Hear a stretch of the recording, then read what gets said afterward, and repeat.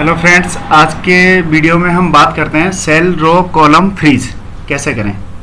तो बहुत इम्पोर्टेंट है। हर किसी भी कोई फार्मूला हम लोग यूज़ करते हैं तो उसके लिए बहुत ज़रूरी है कि कहाँ पे हमें कॉलम फ्रीज करना है, कहाँ पे हमें रो फ्रीज करना है, कहाँ पे हमें कंप्लीट सेल फ्रीज करना है और फ्रीज करने का मतलब क्या है, इसका यूज़ क्या है, तो वो बताते हैं इसमें।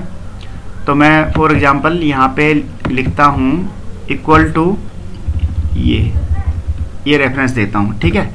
अब मैं राइट साइड में इसको कॉपी करता हूँ। राइट साइड में जब भी फॉर्मूले को ये कोई भी डेटा हो, टेक्स्ट हो या बिना फॉर्मूले का कोई डेटा पड़ा हो, तो कॉपी करने के लिए क्या हो, कंट्रोल सी और कंट्रोल वी, ये कॉपी पेस्ट करने की ज़रूरत नहीं है। कंट्रोल आर प्रेस कीजिए आप लोग, सीधे कंट्रोल आर, तो ये देखिए उसने पूरा फॉर्मूला कंप्लीट कॉपी कर दिया। उधर देखिए, यहाँ पे रेफरेंस में जाइए, यहाँ देखिए क्या लिखा है इसने, D4 D5 E4 F4, ये हमने राइट साइड में कॉपी किया तो सेम आ गया वहाँ पे।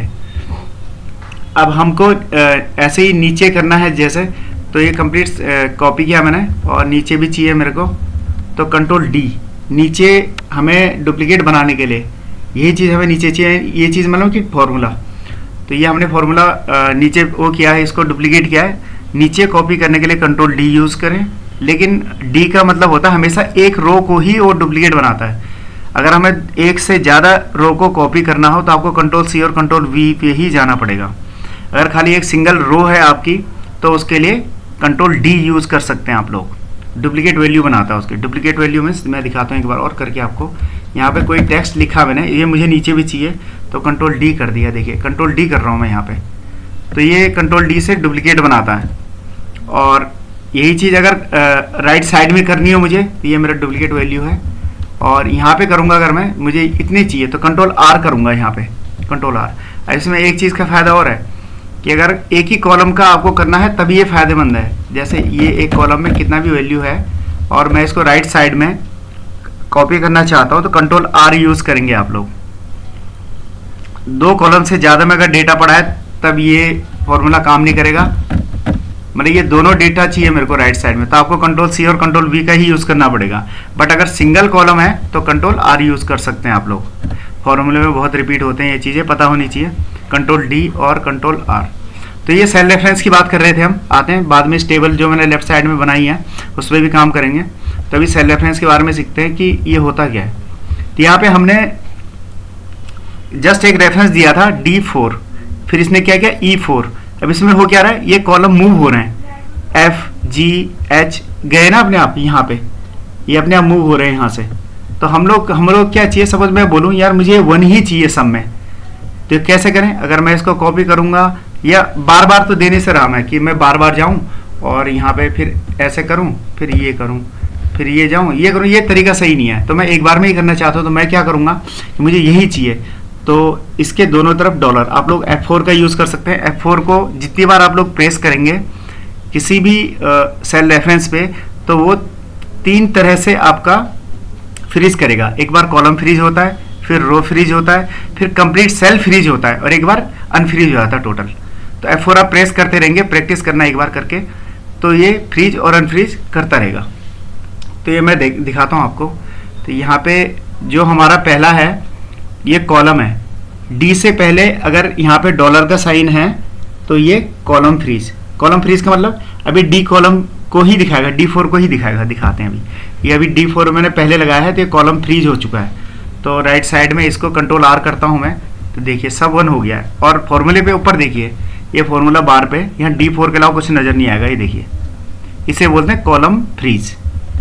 अब मुझे ऐसे ही चाहिए कि मैं इन सबको कॉपी करता हूँ और नीचे करता हूँ तो कुछ भी नहीं हुआ।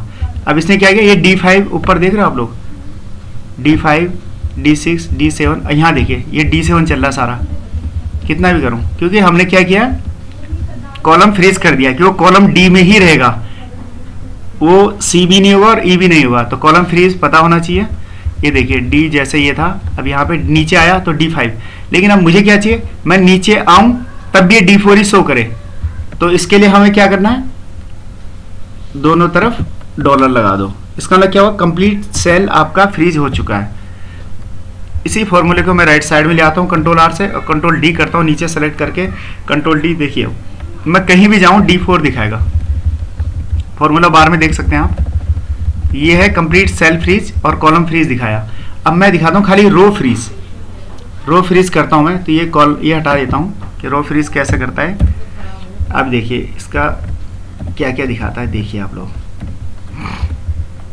यहाँ D4 है, D4 में 1 पड़ा हुआ है, ये है 1, और आगे गया तो E में दिखा रहा है E4 में 2 पड़ा हुआ है तो 2 आ गया। अब इसने क्या किया है, कॉलम फ्रीज नहीं किया, हम ये कॉलम इधर की साइड चल रहे हैं राइट साइड में, तो ये कॉलम फ्रीज नहीं किया, कॉलम मूव हो रहे हैं।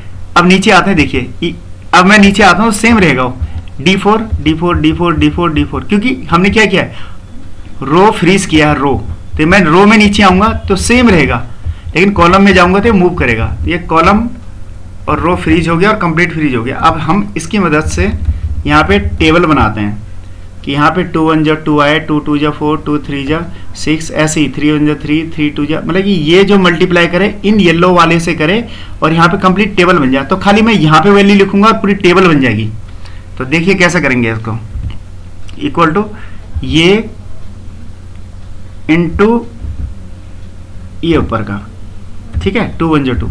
तो यहाँ पे क्या किया इसने, C5 इंटू D4, वही है ना, 2 1 जा 2। अब मुझे क्या चाहिए, नेक्स्ट में क्या चाहिए मुझे, ये 2 मल्टीप्लाई इसी से करे, यानी ये फ्रीज करना है मेरे को, कॉलम फ्रीज करूंगा तो क्या होगा, 2 ये इसी से मल्टीप्लाई करेगा, मैं इधर मूव होऊंगा तब भी ये इसी से मल्टीप्लाई करे। तो इसका मैं यहाँ पे कर देता हूँ कॉलम फ्रीज, ठीक है। तो ये कॉलम फ्रीज हो गया। चलो अब कॉलम फ्रीज कर दिया मैंने। अब आते हैं इसकी बारी। अब यहाँ पे तो हमें कॉलम मूव कराना है 1 2 3 4 5, इसके लिए जो D4 का रेफरेंस है, तो हम यहाँ पे कॉलम को फ्रीज नहीं करेंगे, हम करेंगे रो को फ्रीज। रो को क्यों करेंगे, क्योंकि जैसे हम फॉर्मूले को नीचे कॉपी करें तो सेम रहे, इसी से मल्टीप्लाई करें, वो नीचे नीचे मल्टीप्लाई करना चालू कर दें। तो चलो हम इसे करके भी दिखाएंगे। अभी यहाँ पे हमने कर दिया रो फ्रीज। चलो अब देखते हैं क्या होता है। राइट साइड में चलते हैं और कंट्रोल R करते हैं और नीचे करते हैं कंट्रोल D। अब देखिए पूरी टेबल बन चुकी है, 5 1 जा 5, 10 15 20 25 30। तो फॉर्मूला देखिए कैसे काम कर रहा है। ऊपर आप लोग सेल रेफरेंस पे देखिए, एक्चुअल में मैं कहीं पे भी हूँ, यहाँ पे हूँ, तब ये क्या कर रहा है, C7 का मतलब क्या हुआ, ये C7 मतलब ये फ्रीज कर रखा है इसीलिए C7 बता रहा है, जबकि एक्चुअल में यहाँ पे क्या था, C5। अब जितना इतना मूव करेंगे ये फर्स्ट वाले C कॉलम में ही रहेगा, क्योंकि हमने उसे फ्रीज कर दिया, भाई कॉलम से भागने की जरूरत नहीं है, इसी कॉलम पे स्टिक रहो, ठीक है। और ये I4 मतलब ये हमारा रो मूव हो रहा है, देखिए ये, और हम नीचे करेंगे तो क्या होगा, I वाले को देखिए, ये 6 से ही करे तो हमने यहाँ पे रो फ्रीज कर दिया, इसलिए रो में जाएंगे तो सेम दिखाएगा, I4 दिखा रहा है ना। तो ये हमारी टेबल ऐसे बनती है। तो ये है सेल रो कॉलम फ्रीज करना। ये बहुत ज़रूरी फॉर्मूले के लिए, किसी भी फॉर्मूले के लिए, कि अगर हम कोई भी रेफरेंस दें और कहाँ पे हमें फ्रीज करवाना है, कहाँ पे अनफ्रीज करवाना है, तो ये बेसिक चीज़ है। तो प्रैक्टिस ज़रूर करें। मिलते हैं नेक्स्ट वीडियो में। Thank you.